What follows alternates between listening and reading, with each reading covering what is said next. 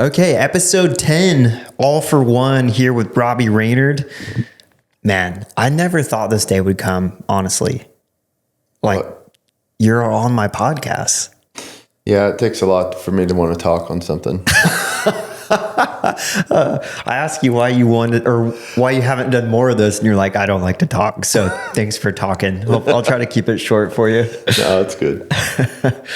Well, man, there's so much I could say. Like, growing up in Oklahoma, being 3, 4, 5, 6 years old, you're at the track periodically. Guy Cooper's at the track periodically. You guys are like legends, you're heroes to me. Like, it was insane to watch you guys on TV and then see you at the track. So you're always, to me, like, gonna be an idol, hero. Like, I'll never not live that time down. So thanks for, like, I don't know, just being you for one, but thanks for doing this. And because I'm a little bit starstruck right now that you're doing this. So thanks. Well, thanks. Yeah. So do you remember that? Do you remember little me, like, floating around? I completely do. 59th and Douglas, you doing no footers over the finish line.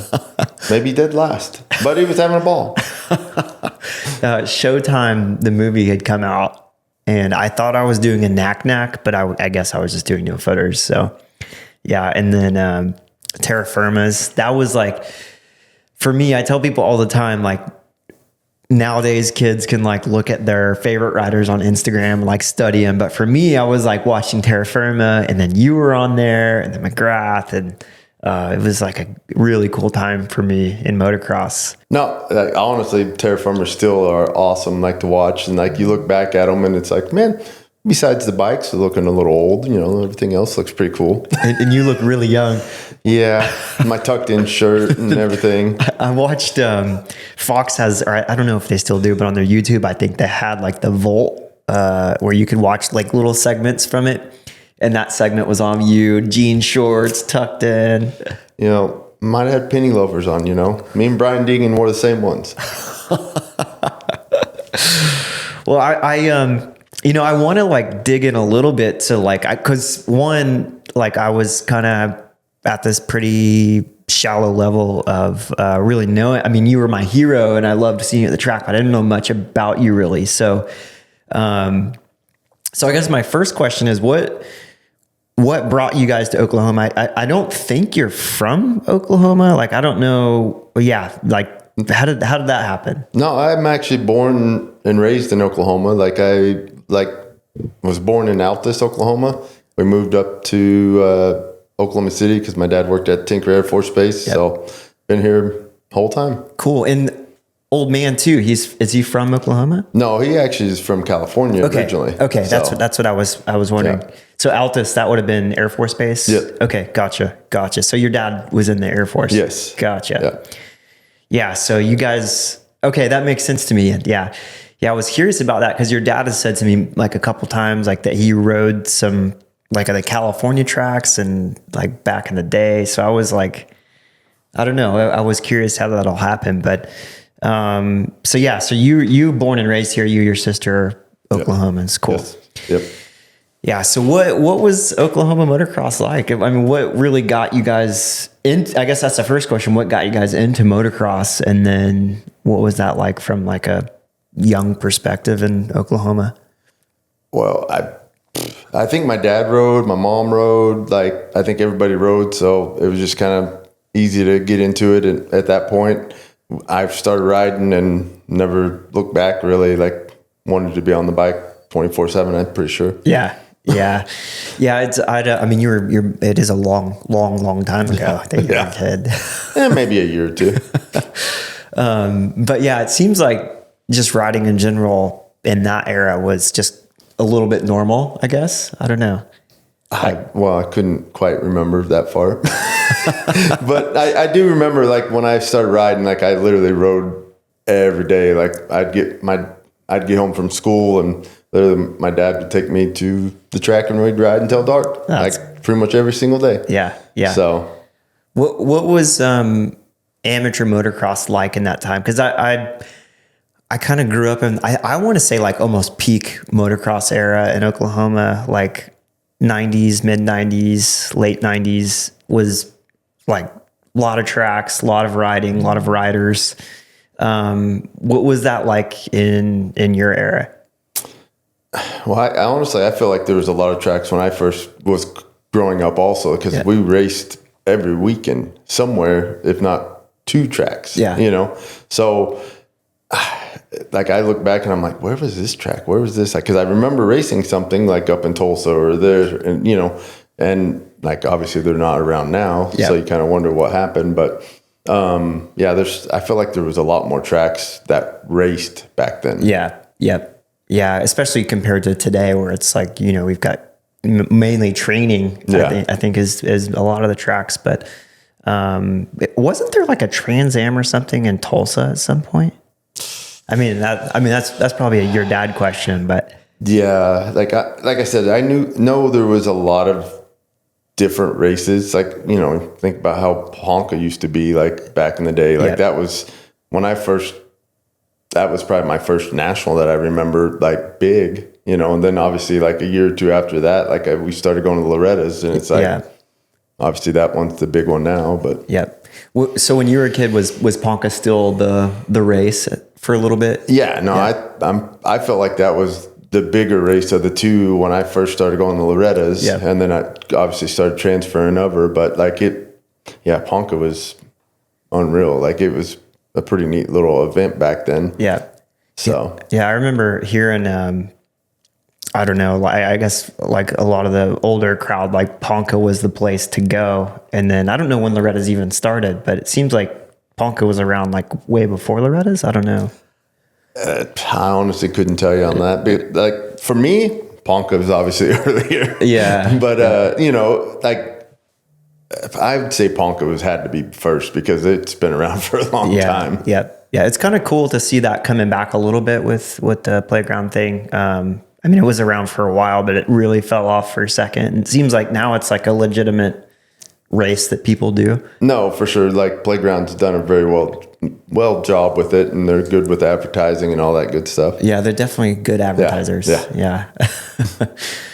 That's cool, man. I think about, and we've talked about this some too, growing up riding versus today, you know, like I hear you went to a lot of tracks, but I can't imagine they were prepped and good. Like how would you compare that to today?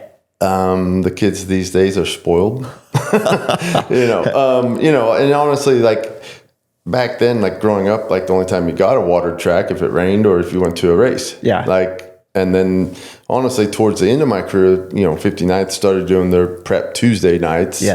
But besides that, like you didn't get a water track, unless it was race day. So, and I think there's good and bads with that. But you got to learn how to ride it all, right? I think one of the things that I see, I think there's just something kind of core about going out and riding like a track that hasn't been prepped in months. I mean, that was kind of like what I did because I was way out in Western Oklahoma, a long ways away. We would still come race 59th and stuff, but we never really rode anything prepped. And I think it was really good for me because I had to learn if I wanted a rut or wanted a line, I had to hold it over and over and over again. And I think that helped me like technique wise, because if you're not doing things proper, you'll just blow through it. But where whenever I started coming, like even when I go to your track now, it's like the intensity is probably, I think the kids now are really good at intensity because they can be, like they can just smash into a rut and blow it out and they really don't care because it'll be back in like 3 laps anyway.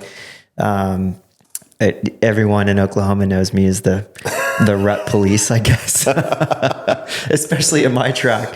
But yeah, I don't know. I feel like there's, like you're saying, probably good and bad things. But I can imagine if you left your track for more than a week, you probably wouldn't get many people showing up. Yeah, I think I'd have a lot of criers out there for sure.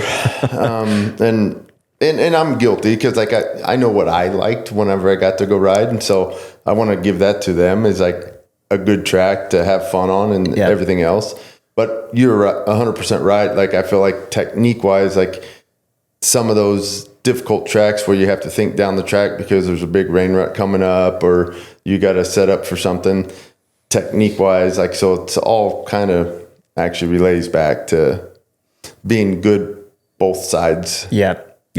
I think if I'd ridden more prep tracks, I think I would have been a little more prepared to race outdoors. Cause I think when I got to those really big ruts and there's like, 5 or 6 across the track, it was like a little bit overwhelming. But now, like, I ride that at your place every time I'm out there, basically. So yeah, I think there's good and bad.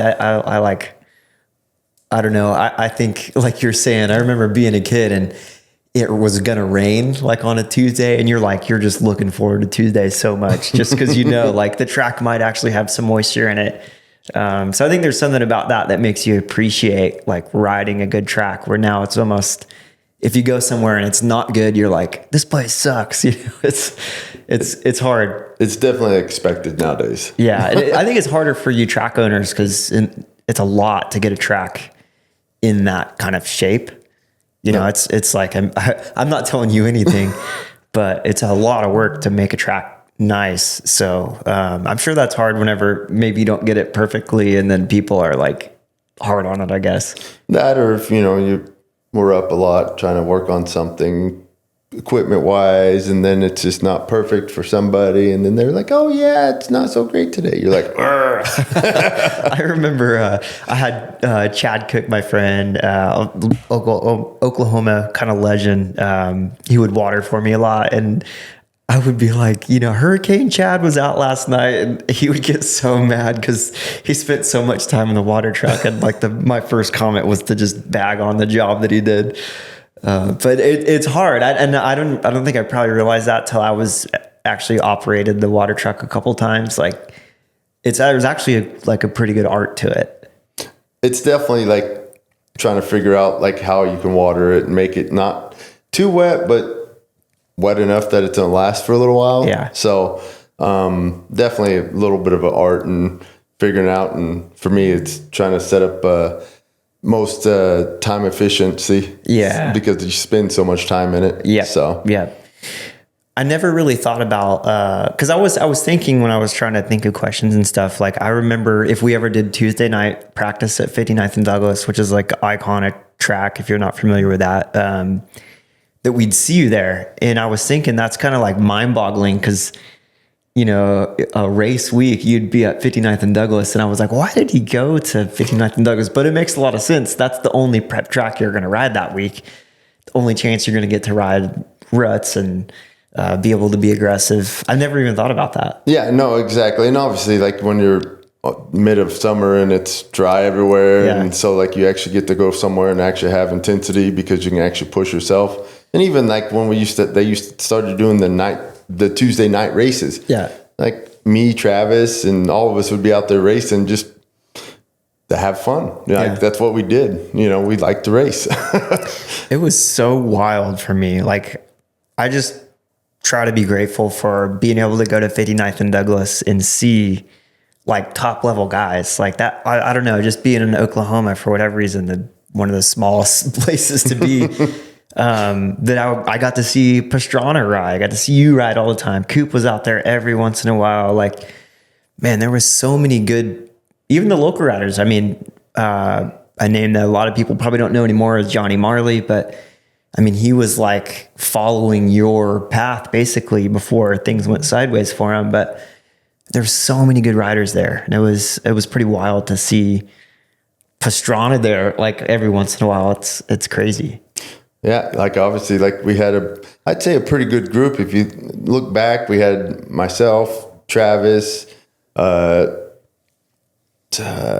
I'm drawing blanks, Jake Martin, we had Johnny Marley, we had Chase Reed that was sponsored by Bobby that owns Star Racing. The very first Star Rider, I think. Yeah. So like it's kind of nuts to look back and see the kind of riders we had back here. Yeah. So...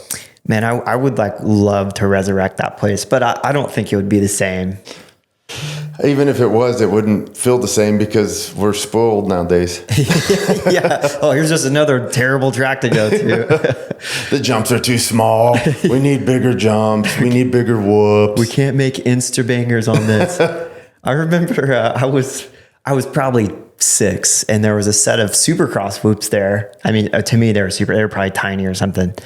And you just blitzed them. They were right before the tunnel jump. So I don't know. That's in my brain. That's where they were.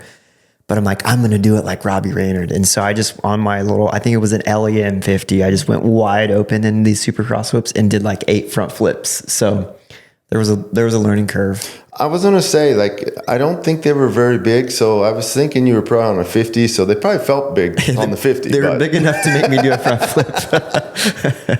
The Oklahomans will know this, but the tunnel jump, that was like the jump.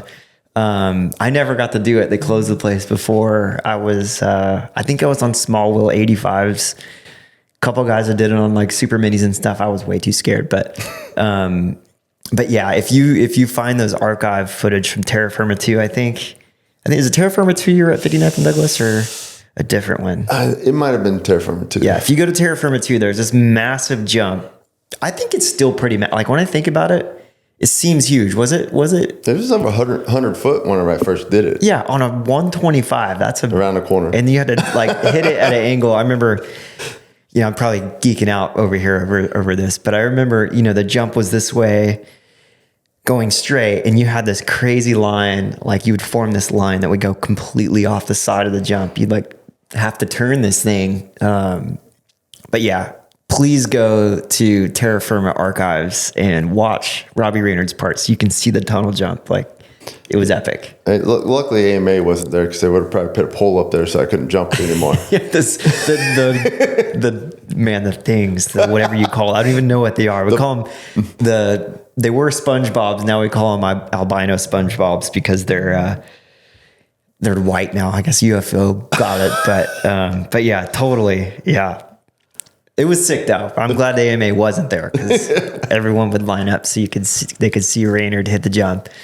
But yeah, just that to me, that's just like iconic time. The gear.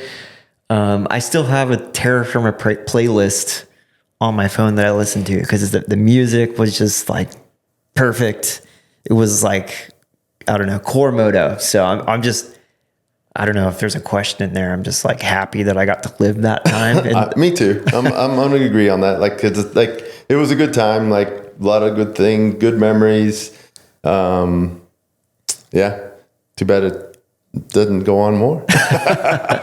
The Fox era to me that time, it seems like they were like heads and tails above everybody. I don't know if that's just because, you were wearing it, McGrath was wearing it. A lot of guys are wearing it that I looked up to. And so I thought it was cool. And I know you've had a pretty good relationship with the Fox family. Was it as elite as it seemed to be, or is that true? I would say it was pretty elite back then. Like, yeah. I feel like they like really just pick people way back then. Like, there wasn't a lot of riders on it. But no, it definitely was a neat family,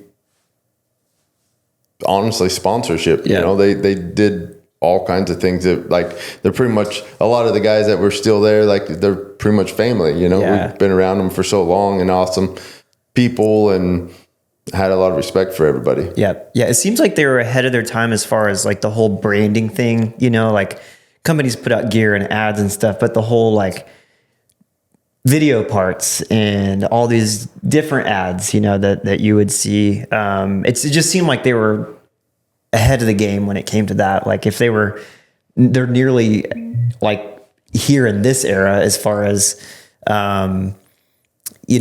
social media. Like, I feel like that time could have jumped right into this because it seems like they were ahead of time things. So I'd say so. Yeah. And the gear was so cool. Yeah.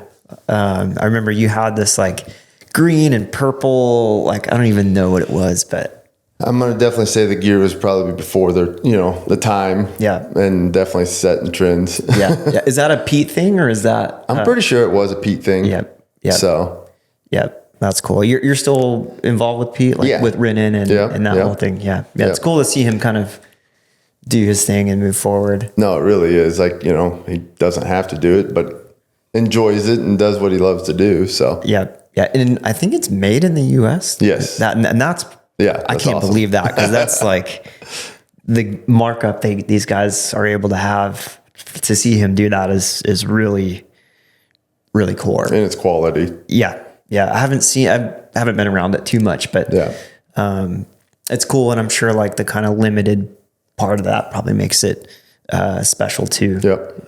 But so thinking about like track prep, what are your thoughts on the way that they're prepping tracks these days? I had kind of like my own personal opinion, but you're in it every day. So I really am interested in your perspective, because you're the guy in the dozer, you're the one ripping, you're the one watering. I think they're overdoing it for outdoors, like, especially with our limited time, like, and everything is qualifying. You've got 2 practice sessions and a really deep wet track. You're trying to get gate picked, so you don't want to get outside of that main groove. I think it's too much. Do you have any thoughts on that? Honestly, I go back and forth a little bit. I do think on some of the tracks you need it to be deep so it slows it down enough for the safety part of it. Yeah, that's true. I think if you could slow the tracks down otherwise and still make them raceable, I think would be probably better. But that's obviously, it's a lot of thinking and trying to figure out how to make tracks raceable and, not just straightaways everywhere. So you don't really get the big bumps without the mud. Exactly. Yeah. So I'm a little mixed on it. Like the tracks back when I grew up racing, like I look at some of the ones like Gatorback and some of the ones like second motos are like dusty. Like if you did that at a local race now, like you'd be like kicked out. Yeah, people wouldn't come back. But like, so that's the difference. Like I feel like, and back then again, like we practiced on dry slick tracks, so it was nothing new to us. Yeah. But if it happened now, like honestly, a lot of kids would probably struggle. Yeah. Because they don't realize there's a speed limit on that kind of stuff. And, I feel like that's some of the things like the sport's lacking is just plain common sense. Yeah. Like being able to, if the track is nasty here, think about it a little bit instead of just grabbing a handful of throttle. Yeah. So, I don't know. I like I said, I'm mixed. Like some tracks I think need it. Some can get away with not having it quite as deep. Yep. Yeah. I think I like the racing aspect of, I think when I first got into the sport, maybe around 2009, they were probably prepping too much, like during the day, but there was the ability to cross around. And I think that's what I get bummed on when I see today, because some of the tracks turn into just slot cars. Yeah. And then you're just stuck. And so the racing's not overly exciting because you're not able to cross around. Like I go back to the race that I have with Stuart at Millville that people talk to me about, that YouTube video all the time, but it's cool because we're crossing around each other and switching up lines, squaring each other up, where now I don't think you see that a whole lot, but no. But I'm sure there's a delicate balance, but like I never even thought about the speed thing. But I'm sure there is a delicate balance in that. And that's the thing, like obviously the bikes have gotten faster, all that stuff. And I look at I think this last year I had a kid out at the track that was on a stock 250 and a kid on a fully blown, 125, and the amount of acceleration out of a corner from a 125 250, it was pretty impressive. So you sit there and look at okay, that kid can go a lot faster down the straightaway, hit that stuff quite a bit quicker on a 250 over a 125. So you got to try to find a way to slow it down somehow. Yeah. The bikes are so good now, man. They really are. Yeah. Especially, you can get a lot wrong and still go really fast. Yes. Which I think that's probably half the battle in safety. Yeah, that's a hard one. I think Supercross too, back in your day, if you messed up out of a turn, you're not hitting a triple. No, because the bikes were too slow. Like when you went back east and the bikes, and when it was soft, like you were like trying to bog up a triple face in third gear, like, Where now it's like I'm on a 450, make 3 mistakes in a turn, and then like I still triple in. Like that, there's a lot to be said for that. Exactly. When you think about safety, I think. But I don't know the answer as far as safety. Do you make the bike slower? Or? I don't know if I want to go there. Yeah, that's an endless debate. Yeah, for sure. I think like slower bikes honestly would make it more raceable. Yeah. Like honestly, because then you got to make the bike go and do stuff and have a little better technique. And so like honestly, the 250 class, that's the one I feel like should possibly have like some type of governor. Yeah. Set. But then you look at Mitch Payton, that's his business. That's the reason why everybody wants to go ride a star bike, because they're just fast. Yeah. So I don't know. I would personally probably say a horsepower limit on a 250 would be good. Yeah. For safety wise. Yeah. I when I ride our Works 250, I just think, man, this is the perfect bike. It's not too fast. It's not, I can still do everything. Like there's not anything that is limiting me. Obviously a stock bike is a little different story, but when I ride a 450, even a stock one, I'm like, there's moments where you can get really scared really quick. Things can get out of shape like really fast, especially for me. I'm a smaller guy. So, what are you trying to say? Well, you're tall. Everyone's super tall other than me. But yeah, that's an endless conversation, but it is interesting to hear your take, like, because you were from a different generation, and then you kind of came through like the evolution of the 4-stroke too. Like you made that switch, like I didn't want to. you chose, you had to choose at some point 250 or 450, especially in Supercross. I know that was kind of difficult for some people in that time. That was me. I think I was the last one to finally switch. Yeah. Is that like a weight thing, just a way you ride it, or? Well, it was the weight thing, and I hated the bogs that the 4-strokes came with at first. And like, if you didn't have, I guess the proper stuff, like it like would bog on Supercross. And, obviously you kind of get used to having a finger on the clutch, trying to make sure the thing didn't hiccup, but you rode it a lot different on a 4-stroke than a 2-stroke. Yeah. So yeah, Timmy told me stories of like carbs falling off, and yeah, he would definitely know. He was the early one on the switch. Yeah. I mean, even in my first couple of years, like if you didn't have the throttle proper in the air, if you gave it too much when you were on the downside before EFI, it was pretty hairy. Like the thing would hiccup at the wrong time and put you in a bad spot. You didn't get much of that on the 2-stroke? Well, honestly, the 2-strokes, I would say was pretty bad, because you get it like, honestly, if you go back Kawasaki days, they had to put foam underneath the carbs because they would like bounce off the cases. They bounce and you get that bog. But, I always kind of had a finger on the clutch because of expecting the thing to hiccup or whatever, be prepared. And I don't know. Like it was a hard switch for me. I'll just say that. Like it took a while. I remember when Kenny was doing Red Bull Straight Rhythm the first year, it went to 2-stroke, and then I spent probably a week on an old like a 07 that was in the shop that we were getting ready for him, and I think I talked with LaRocco maybe about it later, and I was like, dude, after riding an EFI bike, it was scary because it didn't really, I guess that's maybe what I'm trying to think about is that the 2-stroke, when it made a lot of paps and different things, it didn't really do anything funny. If that happened on a 450, like, and you heard that noise, that would be terrifying, and the thing would put you on the ground. But I couldn't believe the amount of like poop, it was always making some kind of bad noise. Yeah. And you guys were like expert tuners, I think, with 2-strokes. It seems like, I think the biggest thing for me, like, I can tell you what it's doing. Don't ask me what it needs. Yeah, just fix it.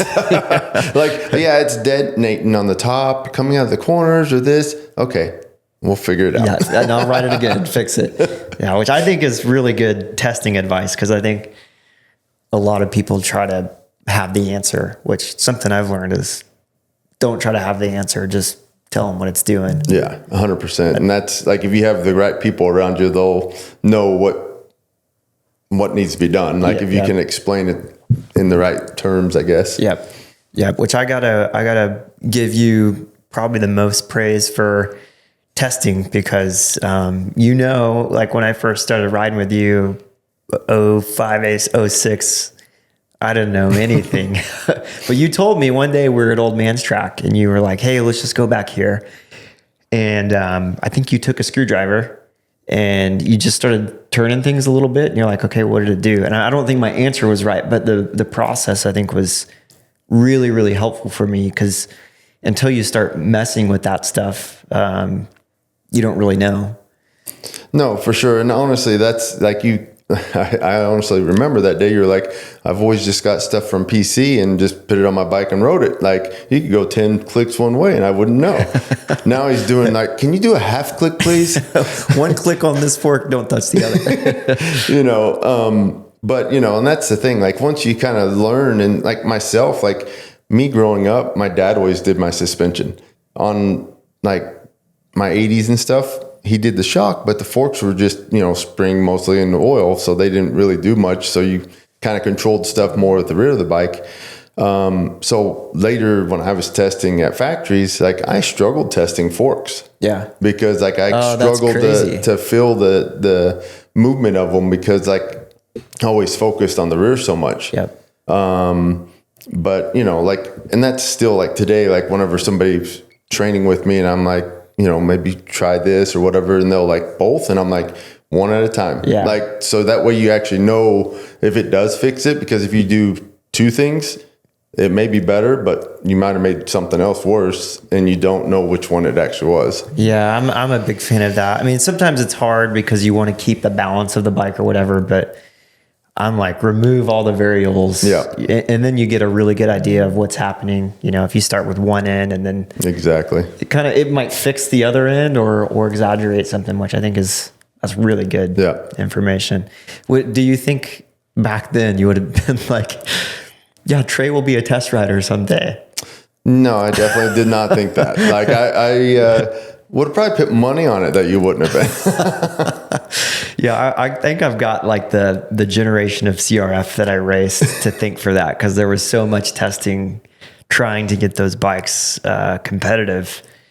And I just did a lot. So I just had no choice but to get good, I think. But yeah, I think about that a lot, because I remember coming to you, and I think I always viewed you and your dad, because I think you were known as had good feel across the sport, and obviously your dad's kind of experience, having a lot of experience working on bikes and tuning them and stuff. So I always looked at you guys like, man, I want to know how to do that. So that day really sticks out to me a lot, because that was the first time I'd ever even considered those types of things.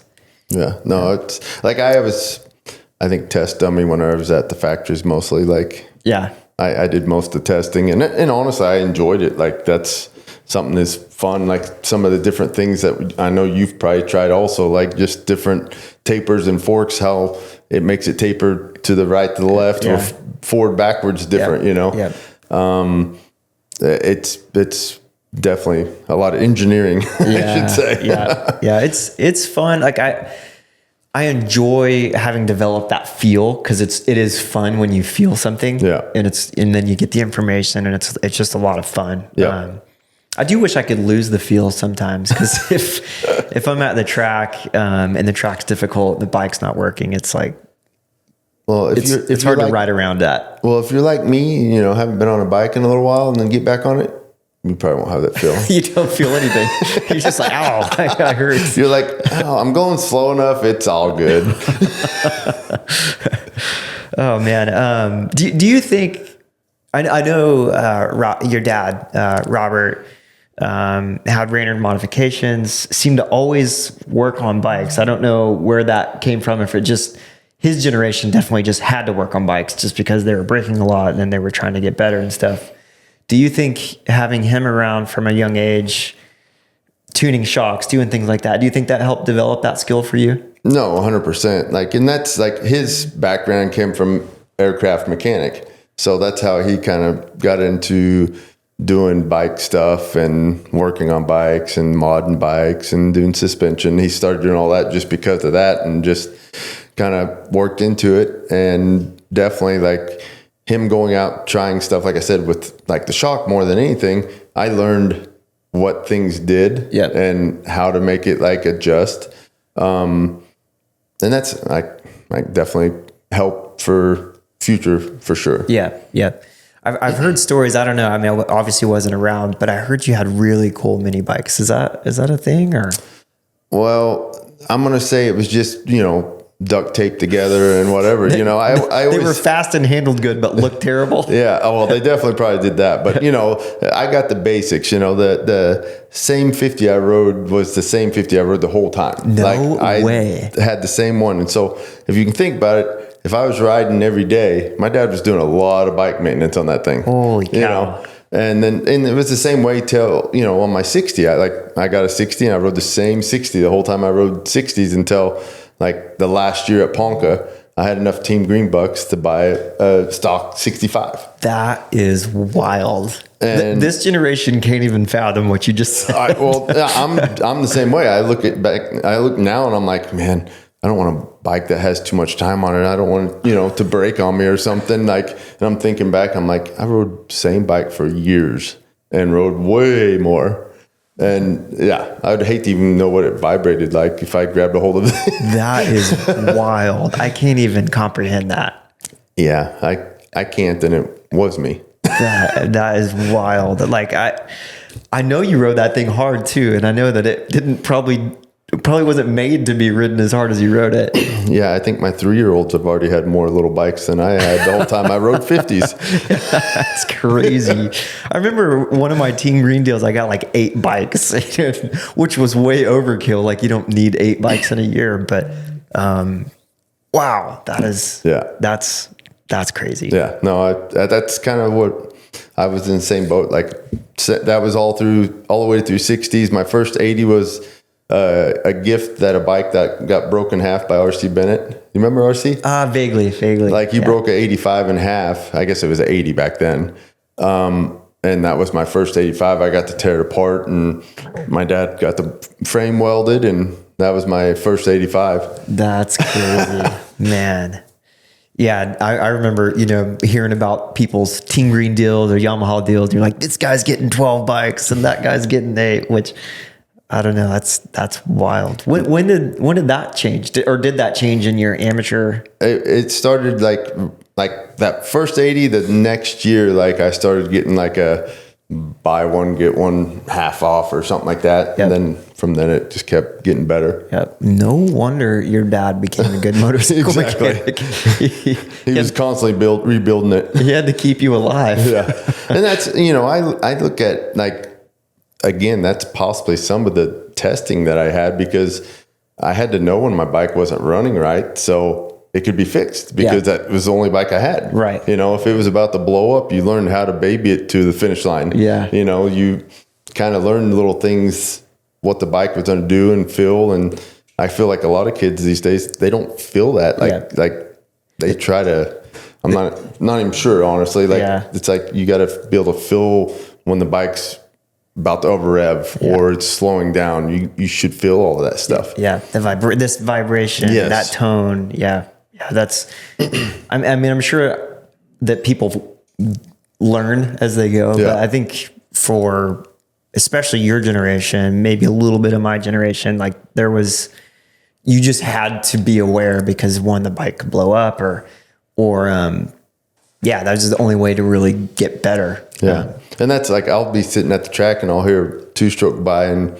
hear it detonating. And like, I'm like, do you hear that? Yeah. I'm like, do you hear that? And they're like, no, what is it? And I'm like, your bike's really lean. It's about to blow up. Yeah. But it's pretty amazing that they don't hear it, you know, feel it. So, yeah. Yeah. So your dad was involved like Just a little. the whole time. Yes. Like, yeah. Which I mean, I've seen it done really well. I'm like, for example, Darren Lawrence right now. I mean, and John Tomac, like there's dads that do it really, really good. I've seen some really bad. I mean, we all have. We've seen some horror stories. I was really curious on your take on having your dad involved. It seemed like it was from my perspective. It seemed like it was a good thing for you. I think it's definitely good. I'm very happy that me and my dad and my family are very close. Obviously, they live out my property now. Yep. And he still rides. Yeah. He's 70 years old and going out to Glen Helen to do the old man race out there in like another week. We talk bike setup every time I'm there. He's like, "Hey, I tried this on this fork." Yeah. But, just like, it's definitely a little bit hard. Like your dad and you have to have like kind of an understanding. And like, there's times and like, it was difficult for me. Like I always wanted to lash out to my dad because he's going to forgive you, Yeah. and it's vice versa, like you come in and you ask him to do something.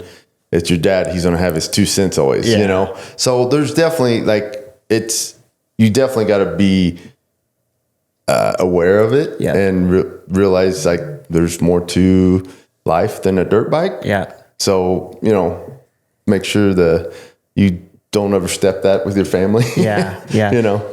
Yeah. So it's definitely like I'm very happy that I'm, close to my family still. Like it's a awesome thing, Yeah. Especially now you have kids. Yeah, exactly. Yeah. It's funny to see your dad as a grandparent because he's like a softie. Oh yeah. I think he was softer than what he let out to be like altogether, but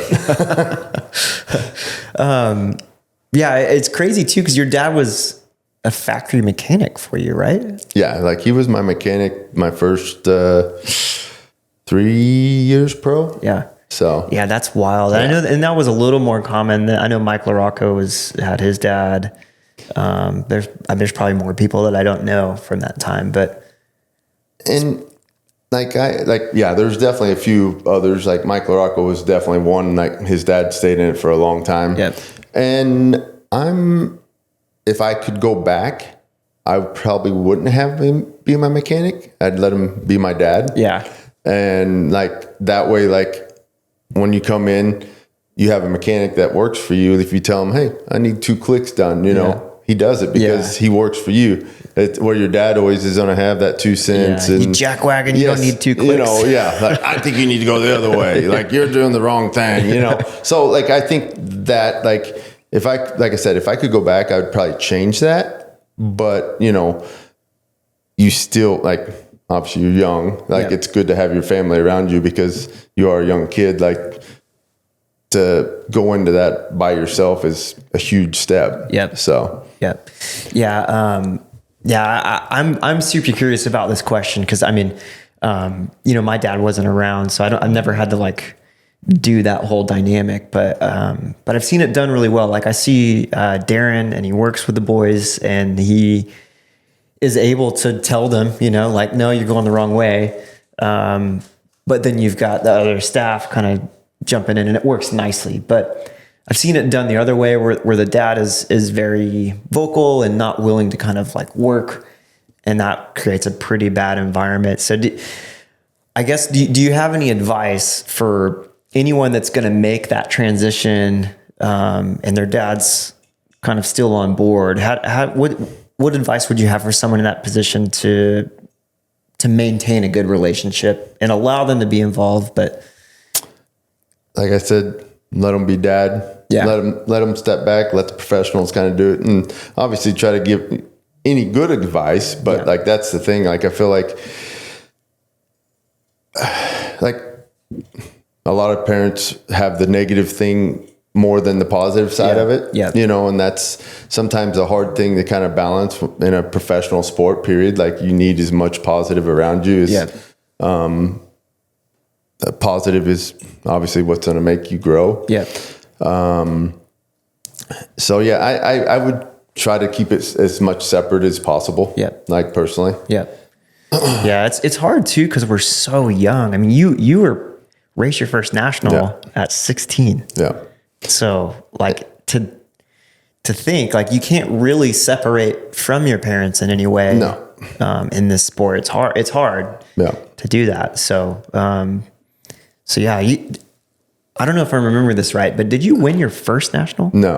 Okay. I think I was 7th my first national. Okay. So, Yeah, it's just 7th. That sucks. But like I think it was right around there. I laid on the ground a lot that week. It was Mount Morris.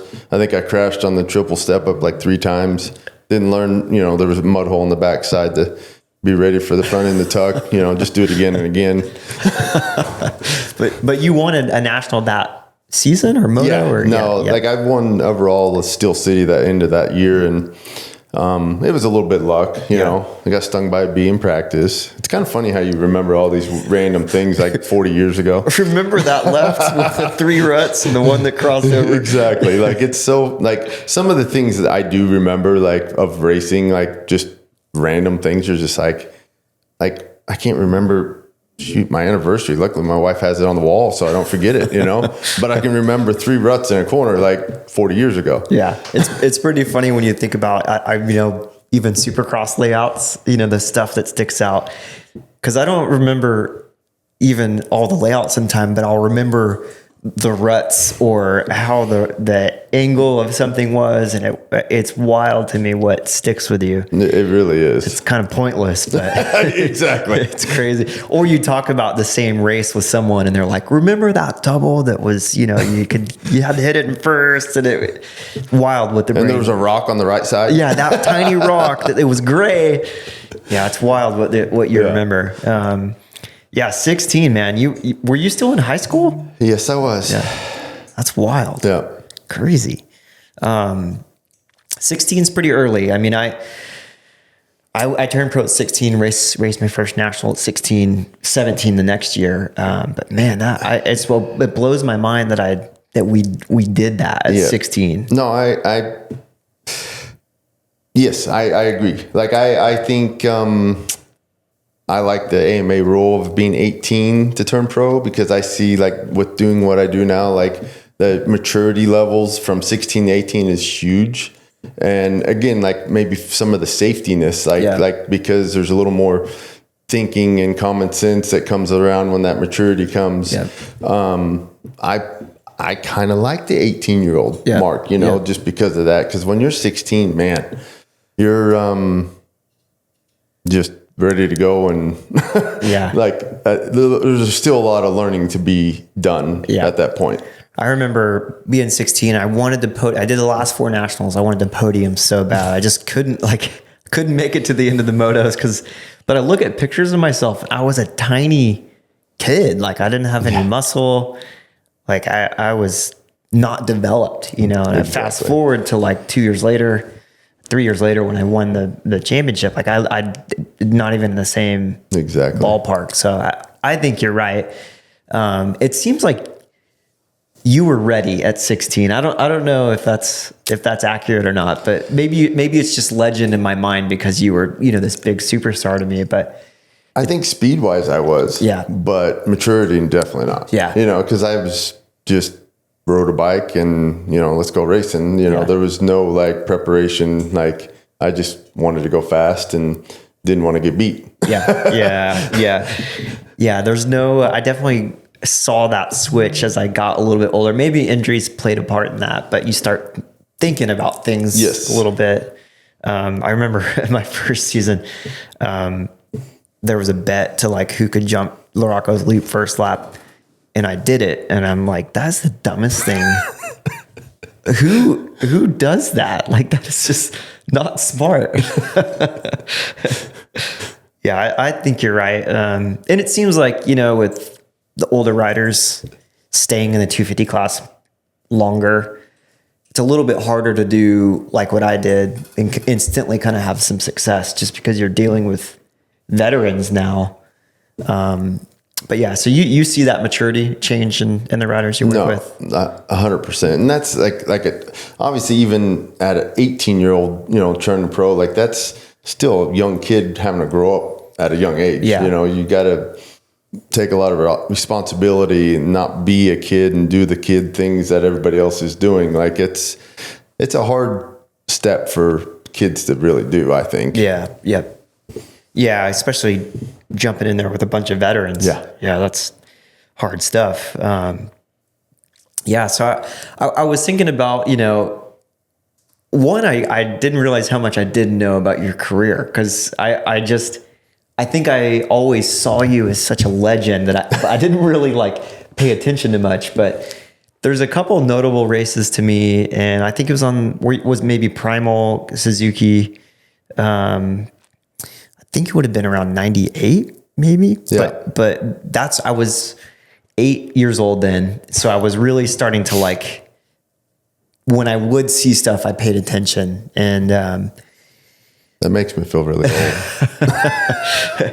Well, dude, I think Jet was born in 2003 or something. So, crazy. But I remember 2 races, and you probably know what I'm going to say from that season, but, Millville being one. And then Unadilla, where you straight up caught and passed Ricky. And, dude, to me, that's like, I don't know. I don't know if that's a highlight for you in your career, but those races to me, like, and you weren't just a little bit better. You were like way, way better. Is there highlights to you in that time, or? No, honestly, yes. Like that was definitely probably one of my better years. Yeah.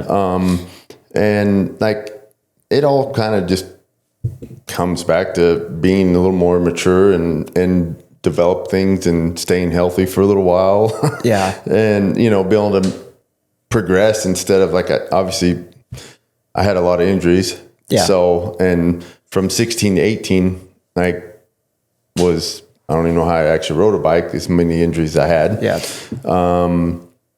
But so that was kind of like the thing is like switching over and starting almost from scratch at 18, and started working and trying to build back up to where I was at that point. And that's like back then, obviously you just dug yourself the hole and tried to keep going. And honestly, the week before Unadilla, we had a weekend off. I was in Cancun. It was probably the best thing I ever did. Like I went to Cancun. I didn't drink. I didn't do any of that. Like I literally just got away from everything and went with my girlfriend at the time. And like, you know what? I came home. I rode my dirt bike, went there and was solid, like I probably was rested, because like for once in your life. Like, everything else like was just go. Yeah. I went there and like, I never took vacations, never did anything like that, and came back and won, so it was just kind of a interesting thing. And now like for myself, I was my own guinea pig, you learn like by your mistakes, and you learn by like, okay, I'm digging a hole in my, training wise, like you go take a break and you're like, man, I feel really good now. Like, man, maybe I should rest a little more, but back then for my dad, like he just said, the harder you can go, the better you'll be, And that's kind of the frame I looked at, is like always everything was wide open until I was probably 25. Yeah. Like, and then I worked with a cyclist guy and he's like, oh, you need to have rest days. What are those? You're like, are you sure about that? I'm not going to be prepared if I have a rest day. I remember you telling me a story of being an old man's track when you were building it, and you like got so hot and you almost like passed out and shoveling your track. And then you like drank 3 Dr. Peppers and then went and rode the rest of the day or something. That was actually wait a second. That was actually 95. Yeah. But I was thinking it was that same year, but it was 95. So like 95 obviously won at Millville also. Yeah. And I'm going to say it was all because of that, because I was like cutting trees, making branches, trails through the trees. And you obviously know that place had zero wind. It's the hottest place on the earth. Yeah. So hot. And I literally was dizzy, went up, took a cold shower and went out and did motos, and went to Millville that weekend, and it was hot. And you're like, not as hot as what I just experienced. Was like, I'm good. Like solid. So It was the Dr. Pepper hydration. probably so, you know. I look back, I don't even hardly drink pop now, and I'm like, how did I do that? Like, how did I not cramp? How did I not? Because I might have drank a little too much Dr. Pepper, cheese fries. Roger DeCoster loved the cheese fries. He's like, no. I always tell people, before I won my first outdoor, I was riding at your track. And that week, I showed up and it was like 9 a.m. or something. And you roll up and you have like one of the double-sized Twix in your hands. And then in the same hand, you have a Red Bull. And you're eating this Twix and drinking this Red Bull. And then you went out and waxed me in the moto. And then I went and won the national that weekend. It was like the most awesome thing I've ever seen. Yeah, I'm gonna just say my diet was probably one of my worst things. Being from Oklahoma, you don't have much of an option. There's 87 million fast food places here. Oh man, that's crazy. Yeah, training has evolved a lot since then. Do you think you're, having to kind of like work that out helped you in the long run? No, for sure. Like I said, like just I was my own guinea pig, and obviously you learn things, and sometimes like it's just like testing like your dirt bike, like testing things on yourself, and everybody obviously is a little different on that. Like some can handle more workload than the others, and that's honestly, I feel like myself, you, like our, now generation can't handle that workload that we would hold back then. And I look at different things that might cause that, and it's probably social media, phones, it's just, people sit around, the heat bothers people more because we have nice ACs. We have nice RVs that have ACs. Like, that I sit there and wonder all these different things, because everything is, different now, and you got to learn and you got to progress to what's new. So it's always progressing and learning. And that's one thing I actually will say, like, I'm very open of suggestion and learning new things, even being an old guy like I am. Like I know there's new things out there, new things that's developing, and that's kind of, you have to have that open-minded. Yep. Yeah. I remember, we never like officially worked together in like an official capacity, but I feel like you're always helping me like through my career. But one of the things you always told me was like, I don't always know what to do, but I always know what not to do, because I had to learn that. And I think that's like really, really good advice. Is when you've had to figure things out and you've gone down the wrong way, like that experience is really helpful, I think. For sure. Like, because you obviously learn, like, if it's your body, like what it's dealing with and how to handle it next time. Yeah. But hopefully, if you're trying to work with somebody, they actually take your advice and don't go down the same road. Yeah. It's, I hate to even say this, because I kind of despised it whenever people said this to me, but they talked to me a lot about my injuries. Which is a bummer, because I think it overshadows a lot of the highlights of your career. But I do want to talk to you about injuries, because I feel like you had to overcome a lot of them. And I feel like you've told me a bunch, like, that you didn't do it right a lot, especially in those early years. And I think overall, like, a lot of people get hurt. I mean, it's just athletics in general. If you look at the injured lists in the NBA, at certain points of the season, like half the crew's gone. So I think some people just get labeled that way, which it's okay. But what are some of the biggest takeaways that you learned from being injured and kind of coming back strong? Well, obviously, like I said before, like 16, 18, I'll just start from when I first started riding. From 3 years old to 16, I had a broken collarbone, cracked elbow, and tib fib. From 3 to 16, that's it. Yeah. And so you look at that and you're like, well, that's a pretty good track record. Yeah. But from 16 to 18, it caught up. Yeah. But I kind of feel like a lot of that was from me obviously starting like from amateurs, I won everything. Yeah. You know, like very seldomly lost. Yeah. So when I turned pro, like I was still thinking that way. Oh, I should be like the guy. I should be out front. Yeah. Like I can't take anything but being out front. Yep. Again, that's that maturity, like from 16 to 18, like understanding a little more of that. So like, obviously I hurt myself and some of it was just genetics. Like my shoulders were just not great. Yep. Like, so they started coming out when I was 16, and that was something that like I tried to take, you know, the time that it called for. I probably didn't do maybe enough therapy, but again, it was just genetics. Like I had the socket was too small for the joint, and so it would pop out real easy. Yep. So that was like something that just like boom, boom, boom, went like back to back on the first couple years. And then I had both ACLs 1 year when I was 18. Literally coming back from that, had neck injury, you know, and another shoulder. And it was just like one after another, literally like, say for example, like my knees, I had both ACLs done at the same time and was riding in 6 weeks. Holy cow. You know, that was my problem. I wanted to get back on my bike. I didn't have anybody. My dad was like, if you're fine, you're good, go ride.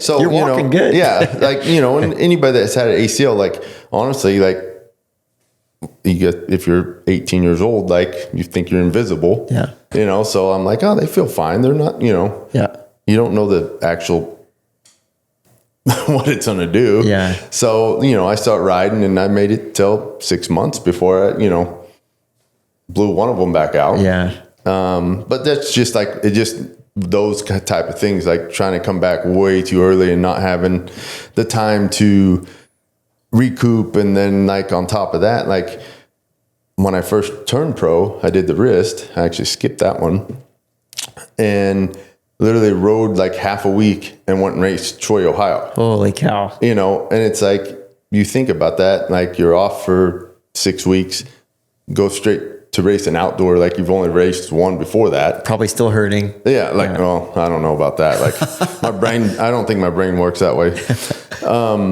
But you know, you come back to that and obviously you're not in shape. You're just going off of youth pretty much at that point. So luckily, I stayed on two wheels at least. But that's the kind of thing, like just not giving myself time. And then even when you start riding, like give yourself a little time to get all the rust dusted off before you go trying to go wide open and lay on the ground and do more dumb stuff. Yeah.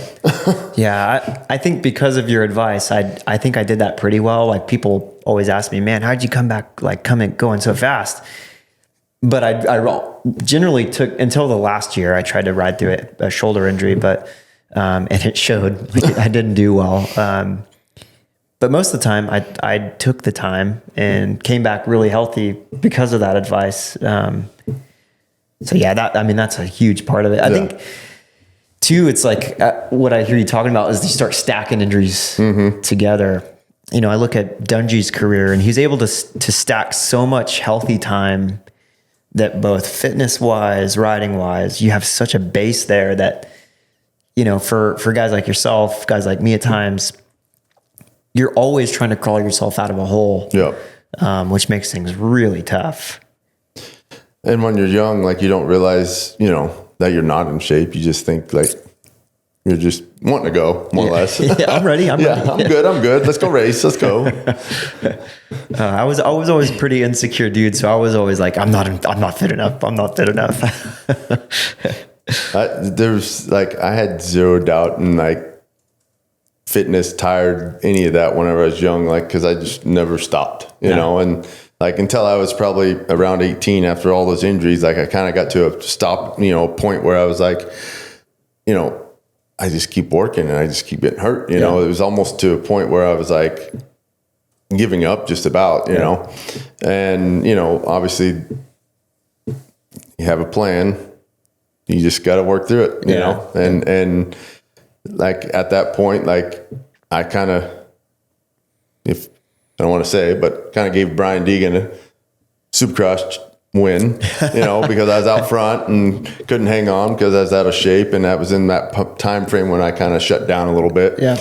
But I'll say that's when I kind of did get motivated. You know, I got motivated and got into fitness a lot and started doing a lot of bicycling and, everything else. And so obviously you learn again and learn what kind of works and motivates you, and don't let it happen again. Yeah.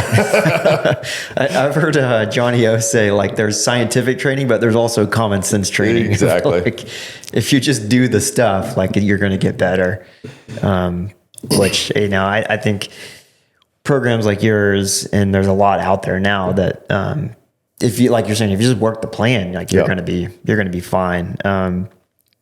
There's I think a lot of people, and I was probably one of those as well, that you're kind of always searching for the secret recipe of training and stuff, but kind of learned that there is one secret recipe, and that's just showing up and doing the work. Exactly. And it's kind of funny you say that, because like I sit there and I obviously work with kids and help kids, and I love to see them succeed. And, I have parents tell me thanks because, I did it. And I'm like, no, I didn't do it. Like, I might've helped, like, and maybe gave advice, but it's the kids that did it, because you can give the same advice to multiple kids. The one that has the work ethic, that's going to actually do it on a daily basis and 100% into it, like yourself, like that's like, I always use you for example on a lot of this, is like Trey was a 4th place local guy, on little bikes, but he had the work ethic, like whatever it took, I was going to do. And that's, I think the big thing that separates a lot of people, and that's like, I love helping kids, but when it comes down to it, it's what they put into it, and that's the end of the story, like all there is to it. Yeah. You've had a lot of good guys come through your camp. I mean, we won't talk about Colt or Justin, those 2 knuckleheads. But yeah, I mean, Austin, Colt, Justin, I mean, I guess kind of myself,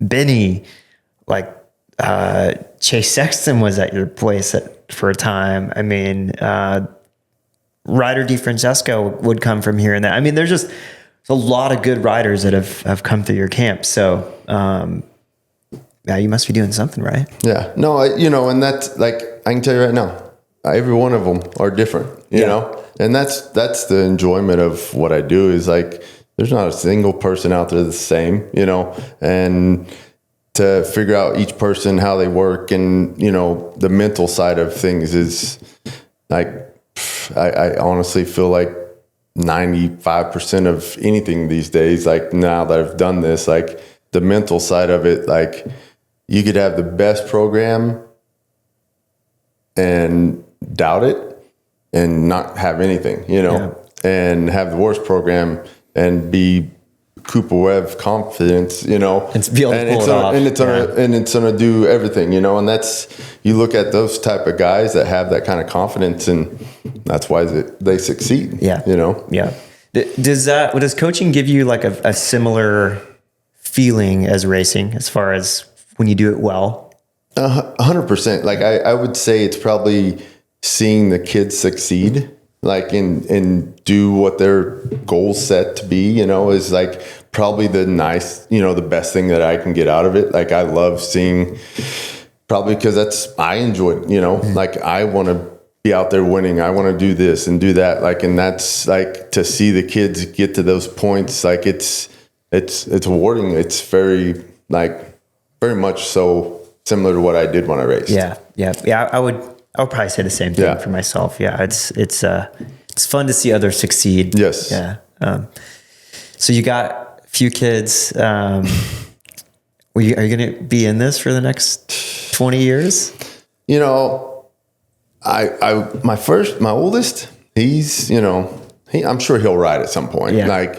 But doesn't really have much interest in it. He wants to build stuff, so that's great. Maybe he can build a cyber truck or something, down the road.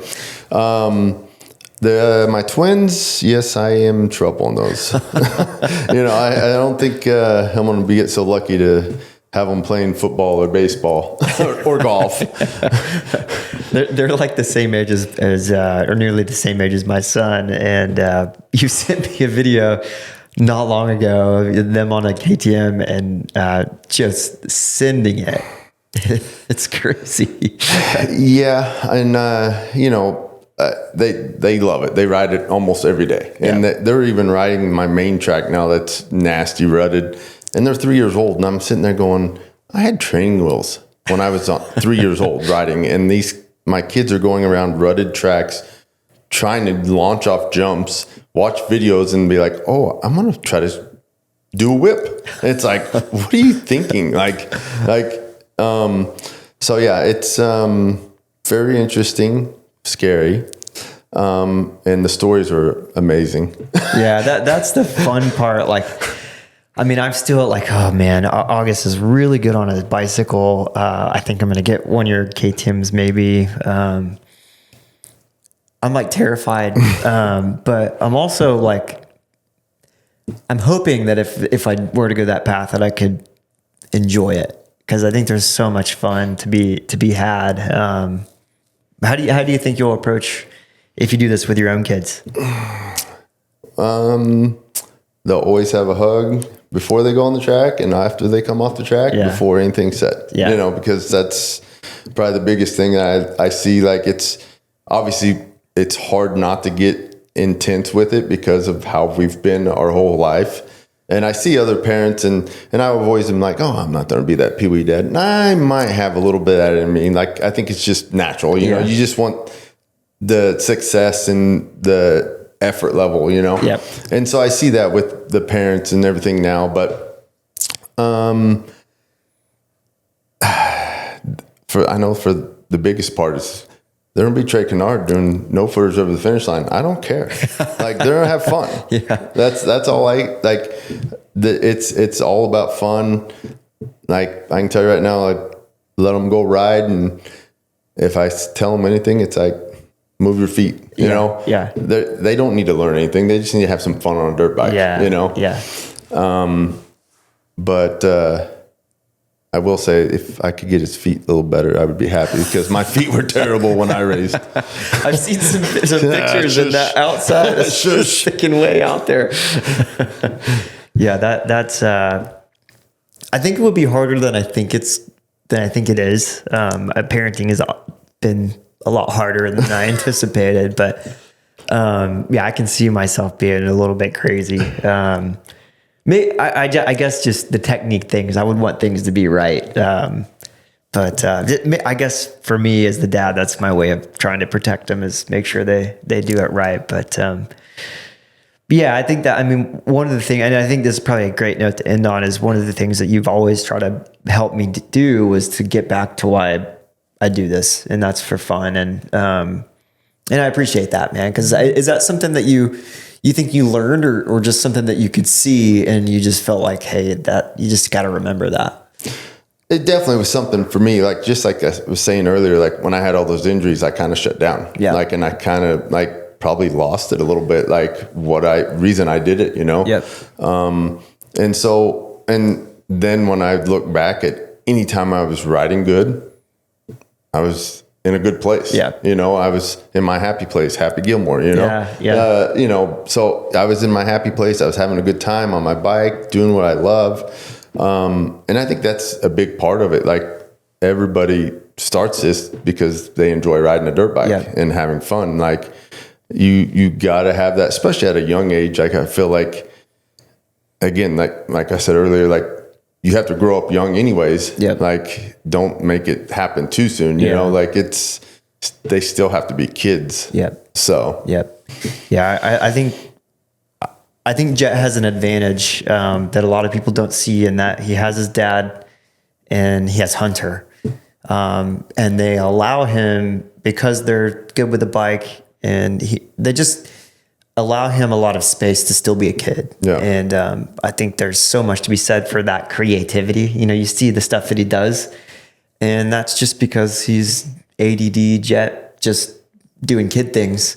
Oh, this is cool. I'll try to jump that. So I think it's like you're saying, there's two sides to that. It's like, yeah, it's fun, but also it makes you perform better.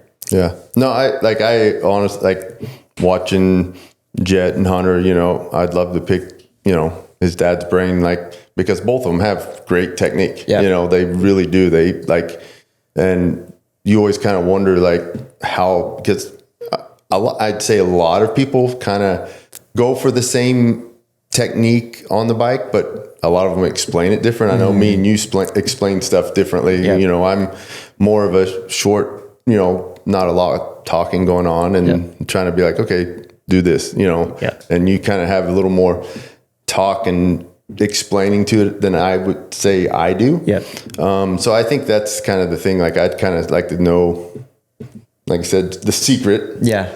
Yeah. But, you know, and there's probably, who knows, you know, it might be, you know, that he has a snow cone before every moto, you know. That was Travis Pastrana in between the outdoor nationals. He had a snow cone. We didn't talk about Travis at all. I need to probably ask you a little bit about Travis, because I feel like there was some good times had there, especially when he was younger and coming to Oklahoma randomly. How was that? It was good, you know, and that's like the thing about Travis. People know Travis as Travis being the crazy, just on the edge of the seat always. You know, the kid was young, obviously, when he was hanging out with me. And I can tell you right now, the only person that I know that was even close to like a consistent sleep pattern was yourself. And Travis was at 10 o'clock, 7 o'clock every day. Yeah. Like, it didn't matter if it was off season, you know, whatever. Like, he was very structured.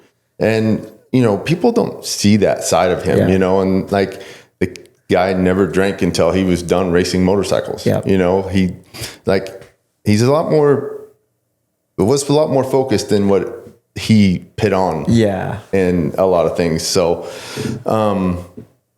that's why he's able to do what he does. And he's able to turn that brain off and not have that like hesitation of all these injuries that he's had. Yeah. Did he ever try to get you to jump into a foam pit or something? He's mentioned stuff, but I think he realized pretty quick that I was not going to get talked in this too much. He's like, oh, no, not even going to go there. You know, some of the things that he comes up with, like, because he was at my place when, like, originally he started kind of doing Nitro Circus stuff, and it was going to be with MTV at first.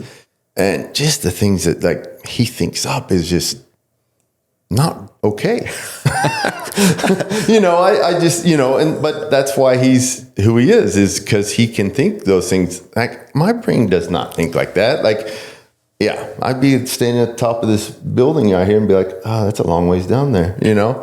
Like, and they're like, how do you backflip off of this? Yeah, you know, that's, you know, I don't know. Like, definitely, and even, you know, you know, yeah, I don't know. Like, his brain just thinks differently. I remember he was in town for a race you were having or something. We all went to dinner and Matt Hoffman was there, and him and Matt started talking.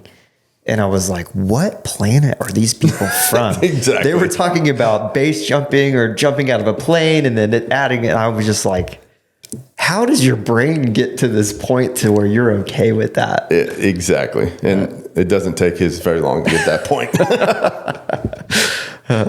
Well, cool, man. I know you're a busy guy and you got a lot going on. So I really appreciate the time coming over here and talking, which I know you don't love to do. So we made it almost an hour and 20 minutes. So that's good. I'm happy about that. So hopefully we don't have to cut out too much.